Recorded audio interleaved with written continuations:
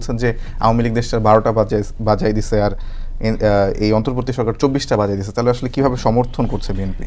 দেখেন, এবং শেখ হাসিনার সরকার প্রত্যেকটা প্রতিষ্ঠান কিন্তু তছনছ করে দিয়েছে, কোনো রাষ্ট্রীয় প্রতিষ্ঠান দাঁড়াতে দেয় নাই। সুতরাং এটা 12টা বাজাইছে, এটা ঠিক আছে। আর এই সরকার 1 বছর পূর্তি হয়েছে, কোনো জায়গা ঠিক করতে পারে নাই। এই অর্থে ওই কথা বলে না 12টা বাজাইছে, 12টা বাজানোর অর্থ কি? মানে খারাপ করছে, এটা তো কেউ একটা আবিষ্কার করছে। ডাবল খারাপ করে ফেলছে, 24টা বাজাই দিছে বলছে। ডাবল খারাপ না করলেও তো দেশটা তো ওলেমেলে করে ফেলছে, দেশটা তো ঠিক নাই। শেখ হাসিনা ফ্যাসিস্ট ছিল, কিন্তু তার সব নিয়ন্ত্রণে ছিল। এখন ডক্টর মোহাম্মদ ইউনূসের কাছে দেশটা নিয়ন্ত্রণেও নাই, আবার উনি কথাও বলেন না, উনি ডিরেকশনও দেন না, কোনো কথা পরিষ্কার করে বলেন না। সর্বশেষ যে নির্বাচনের ঘোষণা দিয়েছে, এটা কিন্তু মানুষ বিশ্বাস করেছে। কিন্তু তারপরেও এখানে সমস্যা আছে। ধরেন আজকে আমি দেখলাম যে বিশেষজ্ঞদের সাথে ঐক্যমত্য কমিশন আলাপ করবে, যে বিশেষজ্ঞ লিস্ট দেখলাম, এটা তো অধিকাংশই ফ্যাসিবাদের লাইনের। সর্বশেষ যে নির্বাচনের ঘোষণা দিয়েছে এটা মানুষ বিশ্বাস করেছে, বিএনপি বিশ্বাস অনেকটা বিশ্বাস করেছে। কিন্তু এটার সঙ্গে আসলে 6 মাস আগে বা 8 মাস আগে প্রফেসর ইউনূস যে ঘোষণা দিয়েছিলেন তার পার্থক্যটা কি ছিল? পার্থক্য অনেক আছে। ডিসেম্বর থেকে জুনের মধ্যে উনি বলেছিলেন। না, এবারে যেটা বলছে, এটারে বলছে ইলেকশনের ব্যাপারে অলরেডি ইলেকশন কমিশনকে লিখিত দিয়ে গো হেড দিয়েছে, এবং ইলেকশন কমিশন থেকে অলরেডি প্রস্তুতি নিচ্ছে। যেমন আজকেই আপনি বললেন পড়ার সময় যে অলরেডি ভোটার ফাইনাল করে ফেলছে, নীতিমালা, ইলেকশন নীতিমালা প্রায় চূড়ান্তর পথে। আপনার ধরেন এখন বাকি যে প্রস্তুতি ইলেকশন কমিশনের, সেগুলো নিচ্ছে, পুলিশ টুলিশ ট্রেনিং দিচ্ছে, সবই তো প্রস্তুতি। অর্থাৎ এটা বিশ্বাসযোগ্য আকারে আছে। আপনি বলতে পারেন তারপরেও সমাধান হবে কিনা, কারণ ওখানে ধরেন জামাত ইসলাম আছে, এনসিপি আছে, ইসলামিক আন্দোলন বাংলাদেশ আছে, এবি পার্টি আছে, তারা আনুপাতিক নির্বাচনে চায়। আজকেও জামাত ইসলাম ইলেকশন কমিশনের দেখা করে এসে বলছে আমরা আনুপাতিক নির্বাচন চাই। তো এখানে ধরেন তারপরে জুলাই সনদ, এটা হয়তো সমাধান হবে, কারণ বিএনপি আগেও বলছে জুলাই সনদ তারা স্বাক্ষর করবে, হয়তো এটাতে সমস্যা নাই। কারণ 24 তারিখের আগস্টে যে ঘটনা ঘটছে, ঘটনার বিবৃতি, এতে কোনো আপত্তি হয়তো কেউ করবে না। কিন্তু আনুপাতিক নির্বাচনে ধরেন এই দলগুলো যদি স্টিক করে, ধরেন নির্বাচনে গেল না, তাহলে নির্বাচনটা কি হবে? তাহলে তো রিস্ক হবেই। তো আবার এও হইতেছে, আবার এও জনশ্রুতি আছে, সব দলই হয়তো বিএনপির কাছে কিছু আসন ভাগ করে চায়, হয়তো দিলে সেটা পর্দার অন্তরে নেগোসিয়েশন হলে সমাধান হতে পারে, নাও হতে পারে। এখানে তো সংশয় আছে। এখানে নির্বাচন যদি এখন না হয়, তাহলে মানুষ কিন্তু রাজনৈতিক দলদের উপরে আঙুল তুলবে। কিন্তু ওই জায়গায় আনুপাতিক হারে নির্বাচনের যে কথাটি বললেন, সেখানে আজকে জামায়াত বলেছে যে 2 কক্ষে তার আনুপাতিক হারে নির্বাচন চায়, না হলে তারা আন্দোলন করবে। এই উচ্চ কক্ষে বলছে তো, আজকে সম্ভবত বলেছেন 2 কক্ষে তারা মানে আনুপাতিক হারে নির্বাচন চায়। আমার 2 পক্ষে চাইছে। 2 পক্ষে শোনেন, প্রথম হচ্ছে যে এটার ব্যাখ্যা হচ্ছে এই জন্যই সন্দেহ নির্বাচন হয় কিনা। ডক্টর মোহাম্মদ ইউনূস জামাতের কথার উপর নির্বাচন কি নির্ধারণ করছে? জামাতের কথার উপরে না, বিষয়টা হলো একটা নির্বাচন তো ধরেন সরকার, ইলেকশন কমিশন, রাজনৈতিক দল, জনগণ, ভোট, এতগুলো স্টেক হোল্ডার থাকে। তারপরে ধরেন প্রশাসন, আইন শৃঙ্খলা বাহিনী আছে। এখন ধরেন রাজনৈতিক দল যদি সবগুলো ইলেকশনে গ্রহণ না করে, তাহলে তো ইনক্লুসিভ নির্বাচন হবে না। এমনি তো আওয়ামী লীগ বাদ আছে, আওয়ামী লীগ তো বাদ আছে। আওয়ামী লীগের যে বাদ আছে তার অ্যাক্টিভিটিস বন্ধ করে রাখা হয়েছে, কিন্তু তারা কেউ ভোটাররা ভোট দেবে না, এটা তো ক্লিয়ার না। ভোটাররা ভোট কেন্দ্রে গেল, কি করবেন? ভোট দিতে দিবেন না। অ্যাক্টিভিটিস, কার্যক্রম বন্ধ রাখছেন। কোনো ভোটার, আমি ভোটার, আমার তো ভোট দেওয়ার অধিকার আছে, হ্যাঁ, এবং ইভেন আমি ব্যক্তির আমার নির্বাচন করার অধিকারও আছে। আওয়ামী লীগ যদি ওই দাবি নিয়ে ওঠে, কি করবেন আপনি? তার যার বিরুদ্ধে কেস আছে, খুন আছে, চুরি আছে, মামলা আছে, তারা বাদ দেন। কিন্তু এর বাইরে যারা আছে, তারা যদি দাঁড়ায়, যেমন ধরেন জাতীয় পার্টি, এটা তো ভালোই বলছেন যে জাতীয় পার্টি 14 দলের ভিতরে যারা আছে সবাই জেলে আছে। হ্যাঁ, জাতীয় পার্টির 2 ভাগ হয়েছে, 1 ভাগ ক্ষমা চাইছে, হ্যাঁ, এবং আরেক ভাগ আলাদা গেছে, তারাও নির্বাচন চায়, নির্বাচনে ইনক্লুসিভ নির্বাচনে অংশগ্রহণ করতে চায়, এরাও নির্বাচনে চায়। আমি তো মনে করি যে এই দলকে ফ্যাসিস্ট বানানো, শেখ হাসিনার ফ্যাসিস্ট বানানো, এরাও তো সহায়ক। কারণ সবগুলোতে মন্ত্রীও থাকছে, এমপিও থাকছে, অভূতপূর্ব। সারা পৃথিবীতে এই নজির নাই তো, যে এমপিও থাকা যায়, মন্ত্রীও থাকা যায়, আবার অপোজিশনও থাকা যায়। এটা তো রাজনীতিটা পলিউটেড তারা করেছে। সুতরাং এগুলো তো খোলসা না, এগুলো তো সলভ করতে হবে। নাহলে জাতীয় পার্টি এখন ইলেকশন করলে, এখন তো তাদেরকে কার্যক্রম তো নিষিদ্ধ করেন নাই, তারা তো নিবন্ধন আছে। তারা যদি লাঙ্গল নিয়ে খেলা যায়, কি করবেন? এগুলো অনেকগুলো অপরিচ্ছন্ন জায়গা আছে, এগুলো সমাধান করার। তারপরে ধরেন এই যে ঐক্যমত কমিশনে যেগুলো ঐক্যমত্য হয়েছে, মোটামুটি ধরা হয়েছে উইথ নট অফ ডিসেন্ট, এটা বলতে এক্সপার্টদের সাথে কথা বলবে, কোনটা সংসদ ইয়ে করবে আর কোনটা করবে না। এক্সপার্টের এই যে লিস্ট তালিকা বেরোইছে, এর উপর তো আস্থা রাখবে না মানুষ। জি, এর অধিকাংশ হলো ফ্যাসিস্টের লোক, আবার 111 লোক, শুধু ফ্যাসিস্ট না 111 এর লোক। সুতরাং এটা নিয়ে বিতর্ক হবে। মনির শামীম, আপনার কাছে প্রশ্ন করতে চাই, সেটা হলো যে আপনার নতুন রাজনৈতিক বন্দোবস্তের কথা বলেন এবং হরহামেশা বলে থাকেন, কিন্তু আপনাদের দলের মানে গত ফেব্রুয়ারির পর থেকে আজকে কয় মাস, 5 মাস বা 5.5 মাস হয়েছে, এবং দেখা গেছে যে যারাই আপনাদের শীর্ষস্থানের নেতা মানে নেতৃবৃন্দ যারা আছেন তারা প্রত্যেকেই শৃঙ্খলা ভঙ্গের অভিযোগ আছে এবং দলের পক্ষ থেকে শোকজ করা হয়েছে। মানে হাসনাত, সার্জিস, নাসিরউদ্দিন পাটোয়ারি, তাসনিম জারা, আব্দুল হান্নান মাসুদ, এরকম বড় বড় নেতা সবগুলোই শোকজের অধীনে আসছে। তাহলে আসলে আপনাদের নতুন রাজনৈতিক বন্দোবস্তের ফর্মুলাটা কি? এবং আসলে এত বেশি বিশৃঙ্খলা যে এখন আপনারা ক্ষমতার বাইরে থেকেই করছেন, অভ্যন্তরীণভাবে ক্ষমতায় গেলে আপনারা আসলে আরো বিশৃঙ্খল হয়ে পড়বেন কিনা, এমন প্রশ্ন তো আছে মানুষের মনে। না দেখেন, মানে সাংগঠনিক শৃঙ্খলা ভঙ্গ এটা তো সাংগঠনিকভাবেই ডিল করতে হবে। হ্যাঁ, আর বিষয়টা হচ্ছে যে বরং এটা তো আমি পজিটিভলি দেখি যে আব্দুল হান্নান মাসুদকেও শোকজ করা যায়, তাসনিম জারাকেও শোকজ করা যায়, হাসনাত আব্দুল্লাহ শোকজের বাইরে না, তাকেও কোয়েশ্চেন করা যায়, তাকেও কোনো একটা কারণে অ্যাকাউন্টেবল করা যায়। প্রথমত ব্যক্তিগতভাবে আমি মনে করি না যে আসলে কারোর ব্যক্তিগত কোনো বিষয়ে পার্টি হস্তক্ষেপ করতে পারে।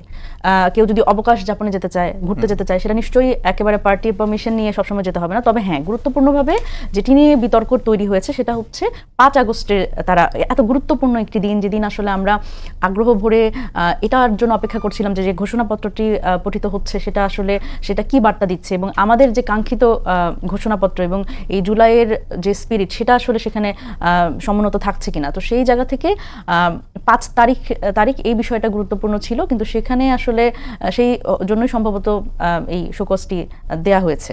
তো সেই জায়গা থেকে এটা আপনি নিশ্চয়ই দেখেছেন এটা যে মানে অবকাশ যাপনের যেই কথাগুলো বলছেন কিংবা গভীরভাবে ভাবতে, দেশ নিয়ে, সংবিধানের রূপরেখা নিয়ে ভাবতে যারা কক্সবাজারে যারা কথা বলছে, এটা অনেক প্রচুর মিম হয়েছে ফেসবুকে।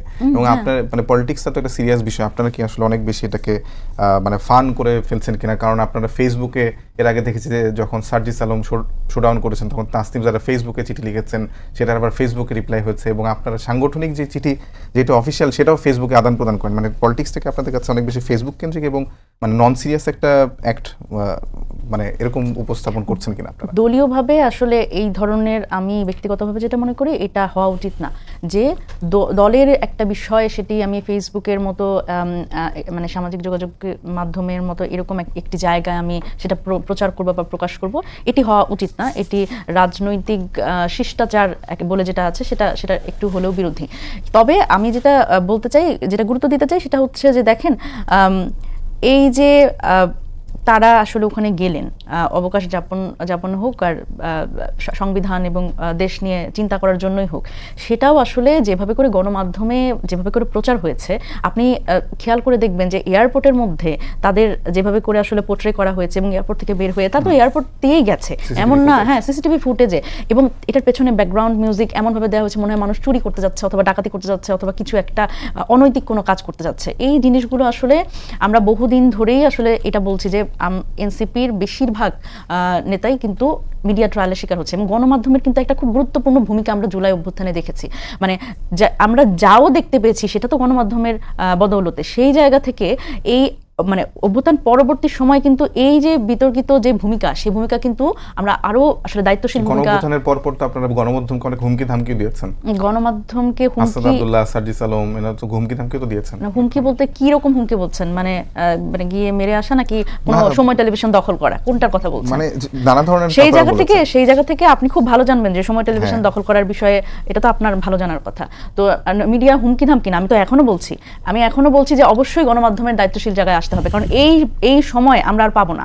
এই অভ্যুত্থান পরবর্তী বাংলাদেশে যদি যে সংস্কারগুলোর কথা আমরা বারবার করে বলছি, গণমাধ্যম সংস্কার কমিশন গঠিত হয়েছে, কিন্তু কি আসলে মানে সত্যিকার অর্থে আমরা কি পেয়েছি, এবং যে ধরনের মিডিয়া ট্রায়ালের শিকার আমরা হচ্ছি, এটা তো হওয়ার কথা না। এবং ফটো কার্ড দিয়ে, এবং আমি আরো গুরুত্বপূর্ণভাবে বলি, আমাদের যে নারী নেত্রীরা আছে, আপনি দেখেন তাসনিম জারা সেখানে গেছে, কিন্তু তাসনিম জারার ব্যাপারে যে কুরুচিপূর্ণ কথাবার্তা গণমাধ্যমে এসছে, ফটো কার্ড মানে জাস্ট একটা চটকদার ফটো কার্ড বানিয়ে সেটা প্রচার করা, এটা তো গণমাধ্যমের দায়িত্বশীল ভূমিকা না। আমি যদি বলি একেবারে লিস্টেড প্রথম সারি গণমাধ্যম অনেকেই এই কাজগুলো করেছে। এবং আরো গুরুত্বপূর্ণভাবে যে বিভিন্ন রাজনৈতিক দলের যারা আসলে সমর্থক বা আমি যদি বলি যে তারা দায়িত্বশীল জায়গায়, তারাও কিন্তু এই ধরনের ফটো কার্ডে নানান ধরনের বাজে মন্তব্য করেছে, কিন্তু সেগুলোও কিন্তু রাজনৈতিকভাবে ডিল করা হচ্ছে না, তাদের বিরুদ্ধে কোনো ব্যবস্থা নেওয়া হচ্ছে না, সেটা বিএনপির পক্ষ থেকেও নেওয়া হচ্ছে না, এবং বাংলাদেশেরও এরকম একটা আমরা দেখেছি।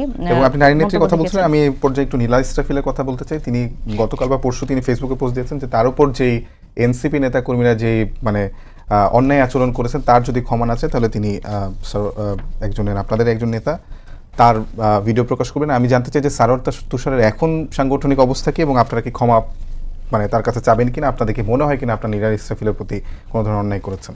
শোনেন, প্রথম কথা হচ্ছে যে এই নীলা ইসরাফিল, এই বিষয়টা আপনি এনেছেন, খুবই ধন্যবাদ আপনাকে এর জন্য।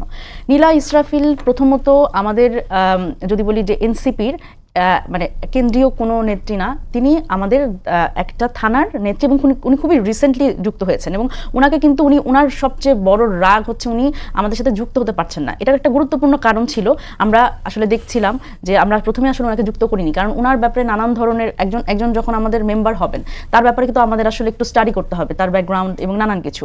সুতরাং ওনার আসলে এখানে যুক্ত হওয়ার শুরু থেকে উনি আসলে এখানে স্পেস পাচ্ছেন না। এখন সেটাকে যদি উনি বলেন যে উনি নারী হিসেবে স্পেস পাচ্ছেন না, আপনি যদি বলেন বাংলাদেশে যতগুলো রাজনৈতিক দল আছে সবচেয়ে বেশি আমি যদি বলি যে পরীক্ষিত রাজনীতি করে এসে যে নারী নেতৃত্বগুলো এসছে সেটা কিন্তু এনসিপিতে। আপনি দেখবেন তাদের প্রত্যেকেরই রাজনৈতিক একটা ব্যাকগ্রাউন্ড আছে, কিন্তু যখন নীলা ইসরাফিল এই ধরনের বিতর্কিত মন্তব্য করে এবং সেটি আসলে মুখ্য হয়ে দাঁড়ায়। আর এখানে আরেকটা ব্যাপার বলি, সেটা হচ্ছে আমার প্রশ্ন হচ্ছে আপনারা কি ক্ষমা চাইবেন কিনা, এবং সারোয়ার তুষারের মানে ক্ষমা কেন চাইবো?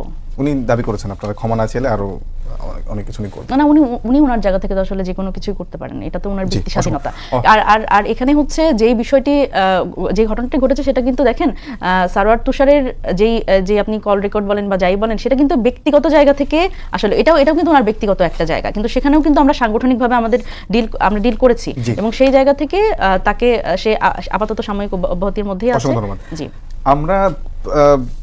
আমরা আসলে আপনি আজিজ ভাই জানেন যে মানে আমরা দীর্ঘদিন ধরেই অপেক্ষা করছিলাম এবং আমরা শুনেছিলাম যে তারেক রহমান 5 আগস্টের আগেই ফিরবেন দেশে, কিন্তু উনি ফিরছেন না। এটার কারণ কি, মানে আপনার কি মনে হয়? দেখেন, এটা একটা ডাইরেক্ট বিএনপির লোক উত্তর দিলে ভালো হতো। আমার ধারণার মতে তার কিন্তু মামলা অ্যাপিলেট ডিভিশনে একটা আছে, এখনো এটা শেষ হয় না, ঝুলেই আছে আমি বলবো।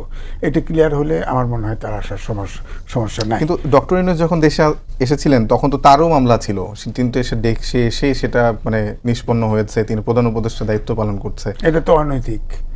ওনার বিরুদ্ধে 6 মাসের জেল ছিল, 3টা দুর্নীতির মামলা ছিল, উনি ক্ষমতায় বসে উনি ওটা উইথড্র করছে। সেই মামলাগুলো তো আসলে ভ্যালিডিটি নিয়েও প্রশ্ন ছিল না। ভ্যালিডিটির কথা বাদ দেন, কেস ওগুলো যত ধরেন ইন্টেনশনালি মামলা দেওয়া হয়েছে, তাকে ইন্টেনশনালি রায় দিয়েছে মানলাম, কারণ শেখ হাসিনার কবজায় সব ছিল। রায় তো হয়েছে, রায়টা ভ্যাকেট করে তিনি দায়িত্ব নিতেন, তা তো নেন নাই। এটা তো এক ধরনের নৈতিক স্খলন। নৈতিক স্খলন হলে তো সে সরকার প্রধান হতে পারে না, হয়েছে তো। হ্যাঁ, এই জন্য আমি বলছি যে আপনি যেটা বলছেন, এখন অ্যাপিলেট ডিভিশনে তার বিরুদ্ধে মামলা আছে, এখন যদি আসে অ্যাপিলেট ডিভিশনে, ধরেন কথার কথায় সে তো মানুষ, সে তো গ্রেপ্তার অ্যাভয়েড করতে পারে, এই কারণে যে অ্যাপিলেট ডিভিশনে কি রায় হয়। হ্যাঁ, তো সেটা সে দেখার জন্য হয়তো ওয়েট করতে। রাজনীতিকে সবসময় মানে এরকম সেফে থাকাই কি রাজনীতি নাকি আসলে? না, এটা দু রকমই আছে। এখন তো নির্দলীয় সরকার, এখন তো অনেকটা ফ্রি ফল অল নির্দলীয় সরকার, তার ভিতরে তো জেলে যাচ্ছে মানুষ। আপনি যেমন মনিরা বললো, জানে কি না আমি জানি, শোনেন গণমাধ্যমের ব্যাপার আমি বলি, বৈষম্য বিরোধী 5ই আগস্টের পরে একটা মব সন্ত্রাস বলবো আমি, মব জাস্টিসটা সন্ত্রাস শুরু হলো। প্রথম প্রেস ক্লাবে এসে বৈষম্য বিরোধীর কয়েকজন এসে একটা লিস্ট দিল যে এরা ফ্যাসিস্টের দোসর, তাদের মেম্বারশিপ প্রেস ক্লাবে চলে গেল, কারণ সাহস পায় নাই রাখতে। তারপরে আপনি দেখেন যে অ্যাক্রিডিটেশন কার্ড বাংলাদেশ পৃথিবীতে নজির পাবেন না, সব সাংবাদিকের অ্যাক্রিডিটেশন কার্ড এক ধাক্কায় বাতিল হয়ে গেছে। হ্যাঁ, 2 আপনি দেখেন অনেক পত্রিকার টেলিভিশনের স্টাফ চেঞ্জ হয়ে গেছে। হ্যাঁ, এগুলো কিন্তু প্রমাণ করা যে চাকরি নিয়েছে বা সে চাকরি নিয়েছে হেউ স্বীকার করবে না, কিন্তু বদল তো হয়েছে, আগের সেট তো নাই। হ্যাঁ, ধরেন আপনাদের সময় টিভিরও তো আগের সেট নাই। হ্যাঁ, তো গেল। 2 হচ্ছে ধরেন 166 জন সাংবাদিক গ্রেপ্তার আছে, তার ভিতরে অনেকের হত্যা মামলা আছে। কোনো সাংবাদিক হত্যা করছে মামলা আছে, ঠিক আছে, মামলা যদি দুর্নীতির মামলা থাকে, সন্ত্রাসের মামলা থাকে, তাদের বিচার করেন, সমস্যা নাই, কিন্তু তাদের বেল হেয়ারিংও হয় না, তারা মুক্তিও পায় না। এই যে 5ই আগস্টের পরে ধরে নিয়ে গেছে, তাহলে সাংবাদিক এই জন্য তো আমার তো মনে হয় সব সময় সবচেয়ে বেশি সেলফ সেন্সরশিপ চলছে। হ্যাঁ, এই জন্যই বলা হয় যে border with reporters with border যে রিপোর্ট দেয় প্রত্যেক বছর, এবারে দেখবেন রিপোর্ট, এবার গতবারের রিপোর্ট বেরোলে আমাদের দেখে পয়েন্টটা অনেক ডাউন হবে। এগুলো উদাহরণ আছে তো, এগুলো আছে তো। এই জন্য আমি বলছি, যেটা আপনি প্রশ্ন করেছিলেন কি তারপরে, যে তারেক রহমানের বিষয় আগেও তো ছিল, আগেও বলছি তারেক রহমান আসে কিনা, আপনারা এই টেবিলেই বহুবার বলছি। তখন ফ্যাসিবাদের সময় এমন সিচুয়েশন ছিল, এই টেবিলে বসে আমি বলছি, উনি তো প্লেন থেকে নামার সময় শুট করে মেরে ফেলতো। ফ্যাসিবাদের যে আচরণ, আয়না ঘর, ঘুম, খুন, কেস কানেকশন এগুলো হয়েছে, তাকে তো মেরে ফেলতো। এখন অন্তত পক্ষে কেসটা যদি হিয়ারিং শেষ হয় না কেন? হিয়ারিং শেষ হয় না কেন? বার্গেনিংটা কি? সব কেস আপনি শেষ জেল কোর্ট যদি মনে হয় স্বাধীন কোর্ট রায় বহাল রাখেন, নাহলে তাকে খালাস দেন, ভুয়া হলে খালাস দেন। কেস পেন্ডিং থাকে কেন বলেন? অন্তর্বর্তী এই যে তত্ত্বাবধায়ক সরকার, এই জাজমেন্টটা পেন্ডিং রয়েছে কেন? রায় হয় না কেন? এগুলো তো প্রশ্ন দাঁড়ায় যে এগুলোকে ডাল হিসেবে, কোনো জায়গায় ডাল হিসেবে ব্যবহার করা হচ্ছে কিনা। এগুলো তত্ত্বাবধায়ক সরকার, এটা তো জানা কথা যে চিফ জাস্টিস ছিলেন, যিনি রায় লিখছিলেন, 16 মাস পরে রায় দিলেন, সে তো জেলে ঠিকই গেছে, কিন্তু রায়ের ব্যাপারে জাজমেন্ট কে বলেন? এই জন্য এই সমস্যাগুলো আমার কাছে মনে হয়েছে, এই কারণে হয়তো সে আসে না। তা আসবে, যেটা আমি শুনলাম যে তার যে উপদেষ্টা আছে সে বললো, তার ব্যক্তিগত উপদেষ্টা বললো যে নভেম্বর ডিসেম্বরে যখন দিবে, কি কয়, ইলেকশন তফসিল দিবে, তখন আসবে।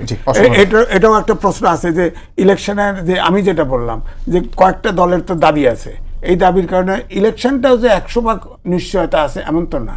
সুতরাং এই নির্বাচনটাও হয় কিনা এটাও তো উনি হয়তো দেখতেছেন। অসংখ্য ধন্যবাদ মনিরা। আমি একটু ঝটপট আপনার কাছে মানে একটা বিষয় নিয়ে কয়েকটা প্রশ্ন আছে, সেটা হচ্ছে নাহিদ ইসলামের স্ট্যাটাস, যেটা তিনি সম্প্রতি দিয়েছেন, এবং এটি আসলে ঢাকা বিশ্ববিদ্যালয়ে আপনি দেখেছেন টিএসসিতে স্বাধীনতা বিরোধীদের যে পোস্টার কিংবা ছবি, সেটি মানে প্রচারণা বা প্রকাশ করার পরপর যেই মানে কনফ্রন্টেশন তৈরি হয় অন্যান্য ছাত্র সংগঠন এবং ছাত্র শিবিরের মধ্যে, তারপরই নাহিদ ইসলামের পোস্টার, এবং সেখানে তিনি বলছেন 24 ইজ দ্য কন্টিনিউশন অফ 71, মানে 24 আসলে 71 এটি ধারাবাহিকতা। এরপরে আবার তিনি বলছেন যে আমরা 71কে পেরিয়ে এসে 24-এ এসে পৌঁছেছি, এবং 71 এবং প্রো 71 এবং 71 বিরোধীর যে রাজনীতি, সে রাজনীতির জায়গা নাই, এবং বলছেন যে এই জেনারেশন আসলে 71 থেকে অনেক দূরে চলে এসেছে, 71 নিয়ে আসলে 24 হবে আসলে politics must now be based on the values of 24, মানে 24-এর যে ভ্যালু সেটার উপর নির্ভর করেই এখনকার রাজনীতি হবে। আমরা কিছুদিন আগে শুনছিলাম যে আপনারা 47 থেকে রাজনীতি শুরু করতে চান, কিন্তু যখন 71 প্রশ্ন আসলো তখন আপনারা 71কে বাদ দিয়ে আবার বলছেন 24-এর পাটাতনের উপর দাঁড়িয়ে মানে রাজনীতি হবে। এই বিষয়টা খুব কনফিউজিং, এটা একটু পরিষ্কার করবেন। দেখেন, এটা পরে আমার যেটা মনে হচ্ছে সেটা হচ্ছে যে উনি তো বলেছেন যে 71-এর কন্টিনিউয়েশনই 24, মানে আমার কাছে যেটা সেটা বলেছেন ঠিকই, কিন্তু আমার কাছে পুরোটা পড়ে এবং 2-3 বার পড়ে যেটা মনে হচ্ছে এটা অনেকভাবে স্ববিরোধী কথা তিনি লিখেছেন প্যারায়। এখানে হচ্ছে উনি সম্ভবত আমার কাছে যেটা পড়ে মনে হচ্ছে সেটা হচ্ছে উনি রাজনীতির কথা বলেছেন। দেখেন, আপনি 24-এর এই অভ্যুত্থানের পরে আমাদের রাজনৈতিক চেতনার তো একটা উন্মেষ ঘটেছে, এবং সকল রাজনৈতিক দলগুলোই তাদের আসলে ভ্যালুজ বলেন সবকিছুতে কিন্তু একটা পরিবর্তন, যে আমরা বারবার করে বলছি যে নয়া রাজনৈতিক বন্দোবস্ত, এই নতুন রাজনৈতিক বন্দোবস্তে কি আমরা অন্যান্য সকল রাজনৈতিক দলকে এই নতুন রাজনৈতিক দল মানে বন্দোবস্তের সাথে আমরা কি ফিট? দেখেন, 24 যে কোনো আমাদের প্রত্যেকটা মানুষের একটা খারাপ মানুষ বলেন, কিন্তু সে 24-এ আন্দোলন করতে এসে তার মধ্যে একটা পরিবর্তন ঘটে গেছে। আপনি এই রাজনৈতিক দলগুলোর মধ্যেও তো একটা পরিবর্তন আসার কথা আমরা আশা করেছিলাম, কিন্তু সেই আমরা যে বারবার করে এই পুরনো শাসনতান্ত্রিক কাঠামোর মধ্যে বসে আমরা নতুন রাজনৈতিক বন্দোবস্তের কথা বলছি, কিন্তু নতুন রাজনৈতিক বন্দোবস্ত করার জন্য আমাদের যতগুলো কম্পোনেন্ট আছে সবগুলো কি রেডি? তা তো রেডি না। সুতরাং আমাদের খুবই সরল, আমি আপনাদের তাত্ত্বিক আলাপ সবই বুঝি, কিন্তু আমার প্রশ্নটা সরল যে আপনারা যখন 47 থেকে মানে 7 দিন আগেও 47 থেকে রাজনীতি শুরু করার কথা বলেন, কিন্তু যখন 71 একটা কনফ্রন্টেশনাল সিচুয়েশন আসে তখন আপনারা বলেন যে politics must now be based on the values of 24 those who want to return to 71 are denying the new political reality of 24। Exactly, আপনি আমার মনে হয় যে এটা অনেকখানি মানে ইচ্ছাকৃতভাবে এটাকে মুখোমুখি, যখন এটা ইটস অ্যাবাউট এনসিপি, তখন এটা ইচ্ছাকৃতভাবে 71 এবং 24-এর এই কনফ্লিক্টটা সামনাসামনি দাঁড় করানো হয়। আমার তো মনে হচ্ছে যে মানে স্ট্যাটাসটা পরে আমার মনে হচ্ছে যে আপনারা কি আসলে নিজেরাই ইচ্ছাকৃতভাবে না, আমরা ইচ্ছাকৃতভাবে এটা করছি না। আমরা যেটা বলছি সেটা হচ্ছে আমাদের যে লড়াইয়ের শুরু, আমরা 47 থেকে যেটাকে আমরা 47ও একনলেজ করতে বলছি, কারণ আমাদের মানে সেই 47 থেকে আমাদের একনলেজ করতে হবে, আমাদের জার্নিটা সেখান থেকে শুরু করতে হবে। এরপরে এসেছে 71, এরপরে আমাদের ভাষা আন্দোলন বলেন, তারপরে 71 এসেছে, এবং 24-এর এই কন্টিনিউশনটা তো আমরা 24 পর্যন্ত এসেছি, কারণ আমরা যে রাষ্ট্র চেয়েছিলাম সেটা তো পাইনি। সুতরাং এই 24-এ এসে আমাদের যে অপ্রাপ্তিটা, আমরা যে সেকেন্ড রিপাবলিক বলছি, তাহলে সেটারও তো কিছু ভ্যালু আছে। আমরা বারবার করে বলছি ঘোষণাপত্রটি আমরা তফসিলে নয়, আমরা প্রস্তাবনায় চাচ্ছি, মানে দিস ইজ দ্য পলিটিক্স। স্পষ্ট। আমার কাছে আর 1.5 মিনিট সময় আছে, আমি আজিজ ভাইকে এই প্রশ্নটা করতে চাই যে politics must now be based on the values of 24, those who want to return to 71 are denying the new political elite of 24. দুটো কারণে এনসিপির নেতারা বিতর্কে জড়িয়ে গেছে। একটি হচ্ছে এইসব কথা বলা, আমি বলছি যেমন 47 থেকে শুরু করছে, 52 খবর নেই। 52 পৃথিবীতে একটি জাতি, আর তারা মৃত্যুবরণ করে জীবন দিয়ে ভাষা, এই যে বাংলা ভাষায় কথা বলি, বাংলা ভাষা অর্জন করছে। 47 সালে দ্বিজাতির তত্ত্ব ভিত্তিতে স্বাধীন হয়। হ্যাঁ, তার আগে ক্ষুদিরাম আমাকে জীবন দিয়েছে, বাঁচলাম ব্রিটিশ আন্দোলনের বেগে, কিন্তু ফাইনালি দ্বিজাতির তত্ত্বের ভিত্তিতে, অর্থাৎ মুসলমান হিন্দু। হ্যাঁ, তা আমাদের তাহলে এখন তাহলে দ্বিজাতির তত্ত্ব চাইলে, 47 চাইলে, তাহলে দেশে মুসলমান ছাড়া যা আছে বার করে দেন, ব্যাপারটা তো তাই দাঁড়ায়। দ্বিজাতির তত্ত্বতে সব তো এখানে খালি মুসলমান নাই, এখানে তো হিন্দু আছে, খ্রিস্টান আছে, মগলার মা ওখানে 50